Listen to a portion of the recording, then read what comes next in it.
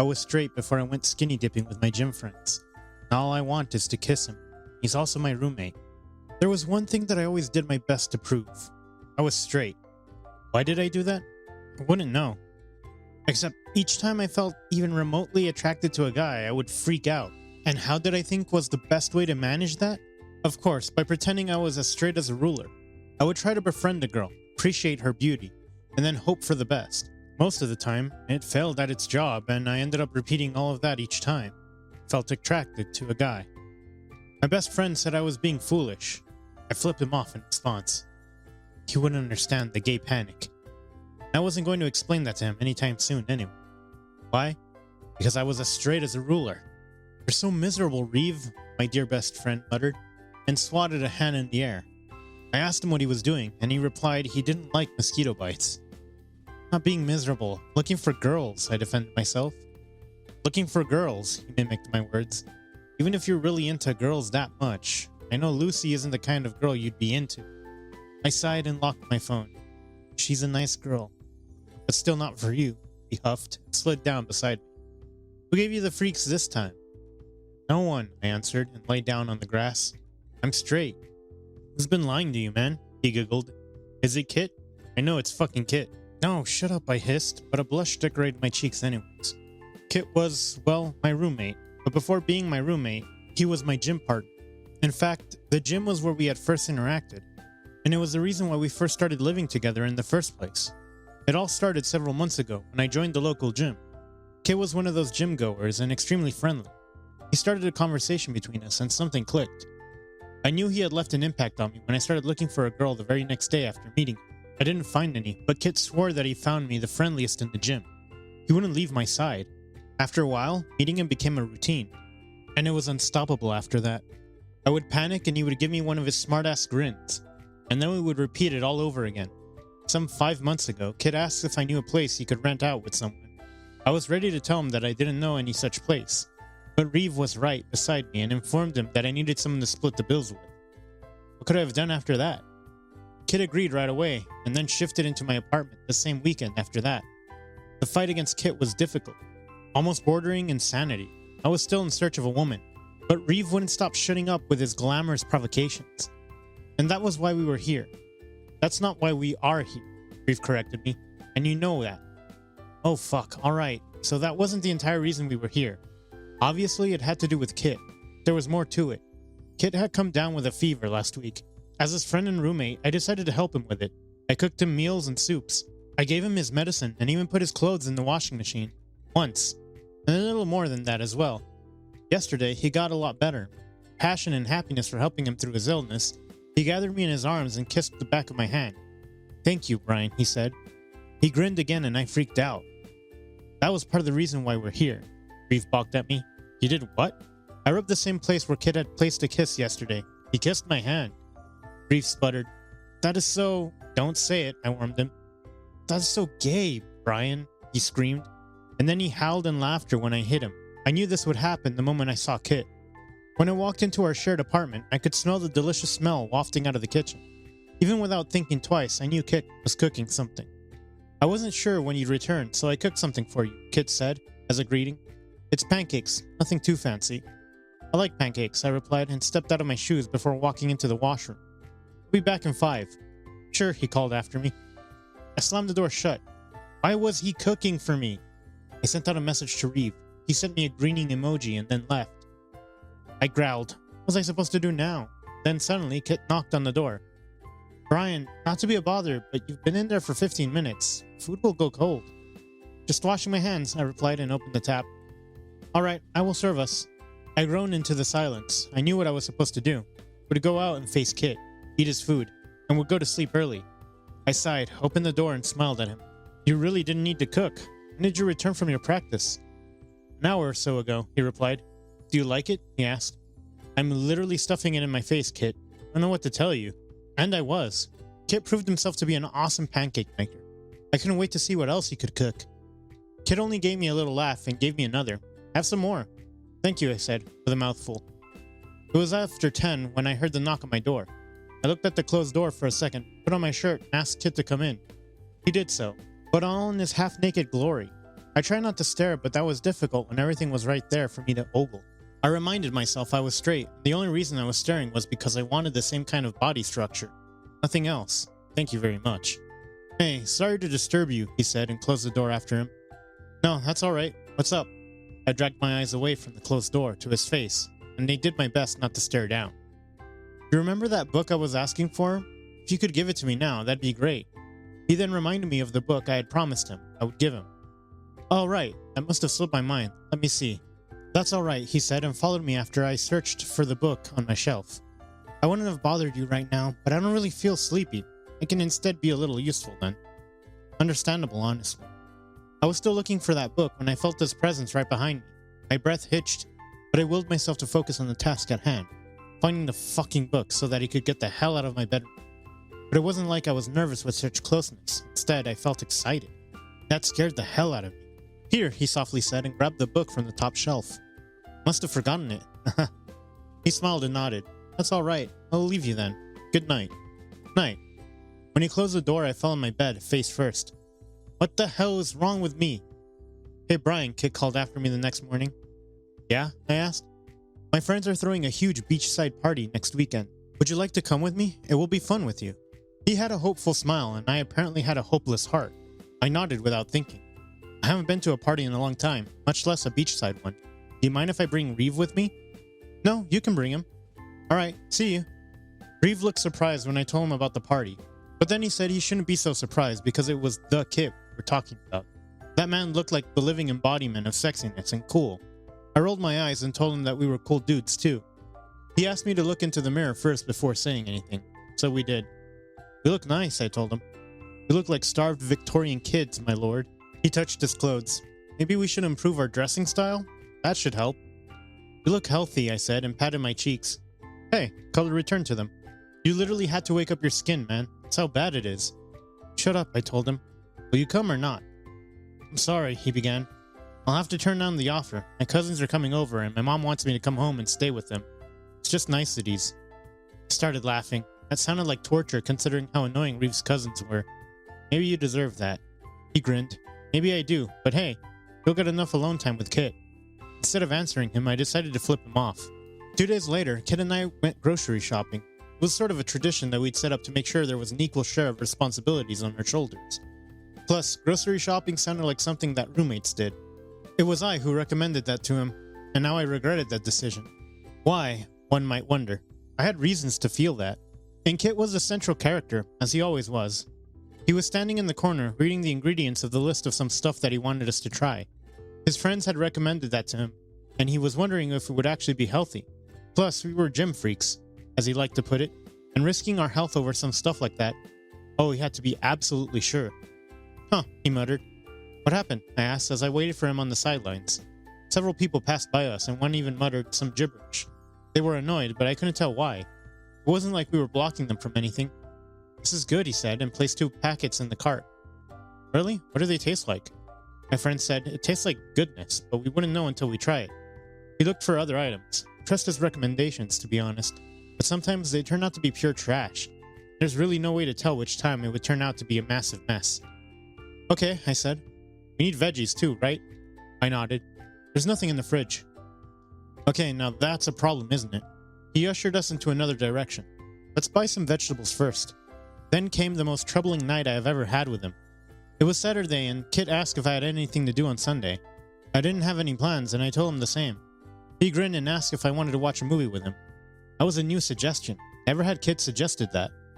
But who was I to deny that? That was the reason why we were sitting on the floor with a bunch of pillows and comforters on us and around us, watching some sappy shit that I couldn't care less about. But Kit looked into it, so I played my part and giggled whenever I deemed appropriate. Then the movie ended, and he asked the million-dollar question. Did you like the movie? I said it was nice.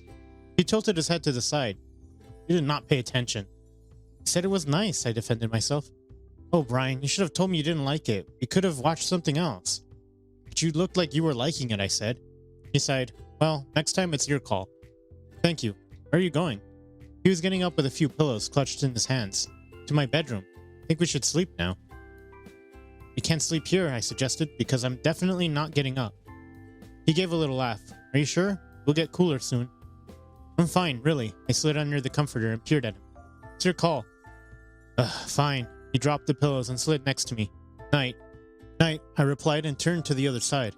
I could feel his heat right behind me, but I decided to be a mature person and ignore it. The thought of hugging him definitely sounded good, but also out of line and character for me. The next morning when I woke up, I expected us to be in the same position as we were last night. Except it was 10 in the morning, Kit was still sleeping, and I was sleeping on top of him. And hey, was that Kit's arm around my waist? I groggily slapped my hand over my mouth and pulled his arm from my waist. It was a struggle because I did not want him to wake up in the middle of it. And thank God he didn't. I slipped out of there and locked myself in the bathroom. What the hell? How long would this go? I looked at myself in the mirror. I didn't even know what was going on between us. Most importantly, I didn't understand my own reactions. It was almost as if some other person was dealing with my shit. We were one kiss away from proving me right, Reeve moaned and dropped his head on the table. It was bizarre, acting like that. We weren't teenagers anymore, and people were looking at him being dramatic for no reason at all. No kiss is gonna happen. Throw that idea away. He looked up at me strangely. You're literally going out with this man next weekend at the beachside party. I think we all know what happens at the beach, Brian. No, nothing happens, I typed on my laptop. Do your work. If not Kit, maybe you can hang around other hot dudes, he raised his eyes provocatively. I'm pretty sure there would be at least one hot dude who'd catch your eyes. And I was pretty sure I'd come across 100 different hot dudes all this time. Yet I rarely felt the same things as I did for Kit. Heck, the gym was filled with hot dudes of all ages and all races. But the truth was, no one had influenced me like Kit had. I was pretty sure I did not even look at guys much until Kit came into my life. What a day it was. I remember walking into the gym with loads of money to spend on it, and little to no confidence. My experience with the fitness system until that point had been zilch. When I looked clueless, it was Kit who had come to my rescue. He said, "Hey buddy, you new here?" And I answered with a little nod. Instead of any other staff, he showed me around and helped me with the equipment. A couple of times our hands or bodies touched. After that, I did so intentionally, although my motor skills did not look like they were in my control. As if that wasn't enough, he waited for me after finishing his routine. Then, he walked me to the bus stop. We took the same bus. He got off first. He was all smiley and friendly until the point of our separation. I couldn't help but think our separation had somehow affected his emotions. And, with that single thought in my head, I walked the rest of the way to my home. When I returned home and told Reeve all about it, I asked him how I could have stopped myself from feeling anything for that kind of man. He asked if I was returning to the gym, and I answered, heck yes, so I did. After that, it was unstoppable. Even though I knew I shouldn't be interacting with him anymore, for the sake of my heart, I did. After a while, he stuck with me and we became gym buddies. The rest was history. After acting as my gym buddy, he soon became my roommate, so I was pretty sure I would have a hard time harboring the same kind of emotions for anyone else other than Kit. And I was correct. When the night of the party arrived, Kit drove us to the beach. He found his friends almost immediately, and even then, he did not leave my side. In defense, I held onto his sleeve to make sure I would not get lost among the huge crowd of people. It wasn't as if I was shy of strangers and had a hard time dealing with people in public, but something about Kit made me want to be around him. It did not help that he was so nice about it. I know you have something to do tomorrow, Kit said into my ears, so we can leave whenever you want. I nodded at him. That's all right with me. I will let you know. I had work, sure, but I did not really feel like I was in the mood to leave already. I grabbed his wrist and asked him if he wanted to dance. He grinned at me and dragged me to the center stage. There were several people around us, so it was a tight fit. Even so, we made it work. By the time we walked out of that stage, we had spent a considerable amount of time in each other's arms. Honestly, no one had to know that we were just friends. Obviously, our next stop was the bar. The drinks were free, so we drank a lot. When I reminded Kit about the gym, he said we could forget about the gym for one goddamn day. I nearly laughed. No one could look at Kit and assume his nonchalance about his health, but I assumed this evening warranted that. Half an hour into drinking, he dipped his head and shouted in my ear, "Do you want to do something really wild?" He was drunk, and I wasn't sure if his ideas were safe. But when he made his way out of the crowd, I placed my glass on the bar and followed after him. I needed to make sure he was safe and alright. "Where are we going?" I asked. "Just wait," he slurred and started running away from the crowd. There were fewer people when he finally stopped. I asked him what he was doing, and he answered, "Something wild. Follow me." And then he removed all of his clothes, I mean everything, and ran butt naked into the ocean. I was sure as hell not staring, but even then, I was in shock. What was going on in his head? I looked around us and found the place devoid of any people. Either they had left knowing what was going on, or they were strolling somewhere else. I couldn't say. I looked at Kit in shock, and when I thought he might be in danger, I sighed with a little smile, stripped naked. Now I was self-conscious of my body, so it took me a little time to jump into the water to hide myself from any curious eyes. I swam my way to Kit and remained a little away from him. I did not want to give in to the temptations that I knew I had been harboring for a long time now. He looked happy but cold. 10 minutes in, the water felt freezing. The waves were huge and I was worried we were going to die or get lost or something. The thought hadn't even finished when I saw another huge wave coming. I grabbed Kit's arm. "Hey," I shouted. "I think we should go. It's unsafe." "But it's fun," he screamed back and laughed dumbly. "Unsafe as hell," I repeated. I couldn't see anyone at the beach, and although the chance of being naked and so close to Kit was tempting, I did not want us to die here. But then the wave came, and I lost my hold on Kit's arm. When it relaxed, I gasped and looked around myself, screaming his name. "Fuck, Kit!" I screamed. "Kit, where are you?" I wiped my face with my hand and looked around for a while. Just when I thought I had lost him, I saw him struggling to keep up with the waves at a distance. I swallowed and took a deep breath before diving into the water and swimming towards him. When I reached him, I grabbed him around his waist and tried to swim us to the shore. It was difficult, for Kit not only was taller but also bigger than me. At some point, and I wasn't sure which, he stopped completely and looked at me. At this point, there was no awareness of our naked bodies pressed against each other. I just wanted to get this over with. But Kit seemed to have other ideas. He grabbed me around my neck with one hand and played with my wet hair with the other one. "You're beautiful, Brian," he whispered, almost as if in awe. "You're really handsome. Maybe we should marry." Despite our situation and position, I couldn't help but blush a little. "You're really handsome too, Kit, but I think we should go now." "Okay," he agreed, but still did not move. I tried to keep my hold on him. It was way too slippery. "Let's go?" I asked. "I really want to kiss you, you know." He rubbed a thumb right under my eye, and I hoped that he wouldn't accidentally poke my eye. God, as passionate as our conversation sounded, I really wasn't sure if I would be able to keep us safe anymore. I've always wanted to.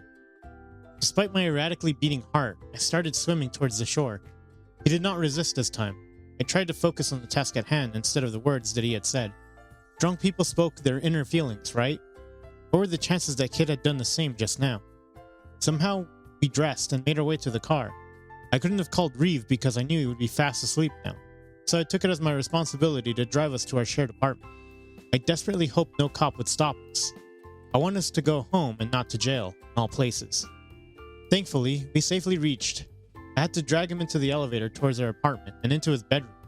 I dropped him unceremoniously onto the bed and covered him with comforters. He looked peaceful like this, and I hoped he would not get sick.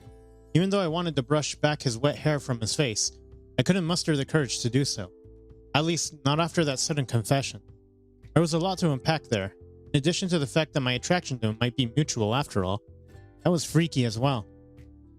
"Because what do you mean, do you have always wanted to kiss me?" I repeated to my friend.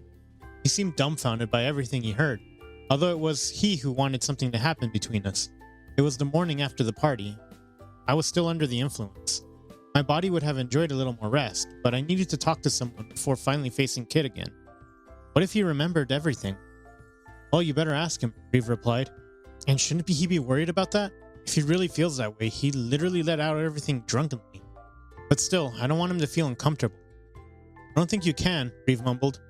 "When was the last time you freaked out about feeling so attracted to Kit anyways?" "I don't remember," I replied. My phone rang just then. It was Kit. Reeve asked me to pick it up. I sighed, and I did so.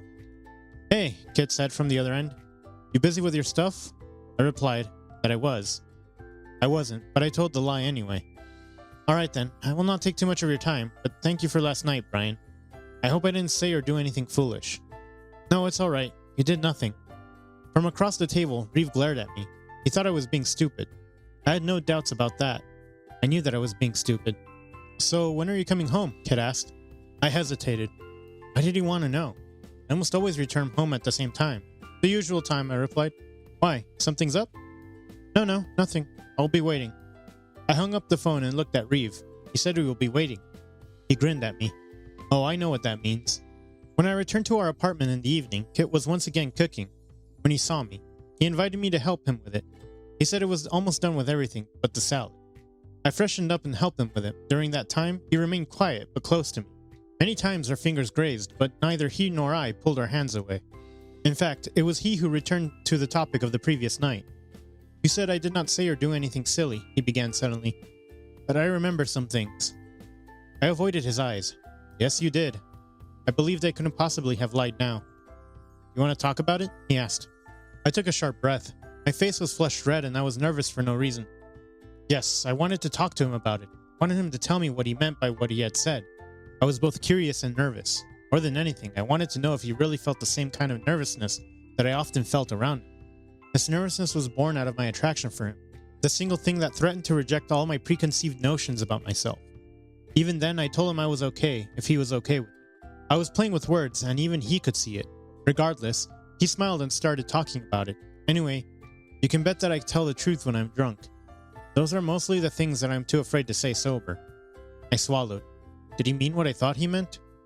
So, Brian, is there something that might have been offensive to you? I did not have a reply. It wasn't anything he had said or done that I didn't want to see or hear or feel again. I shook my head. I was nervous, and my heart threatened to burst out of my chest. I was glad we were having dinner. I had something to do to distract me from looking into his eyes. Brian, I want you to know that what I said was the truth, he added. And what did you say? I looked up in challenge. There was always a good chance that he was joking or trying to get under my skin. He was drunk and would have probably drowned if not for me, so there was no way he remembered anything, or at least everything. Instead of answering, he smiled and looked at my lips. Well, that was my answer.